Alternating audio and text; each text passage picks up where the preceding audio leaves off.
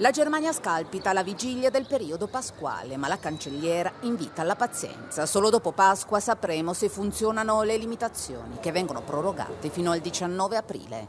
Con le dovute distanze qui è ancora possibile fare passeggiate e sport, ma in alcuni parchi c'è troppa folla e la polizia ne chiede la chiusura.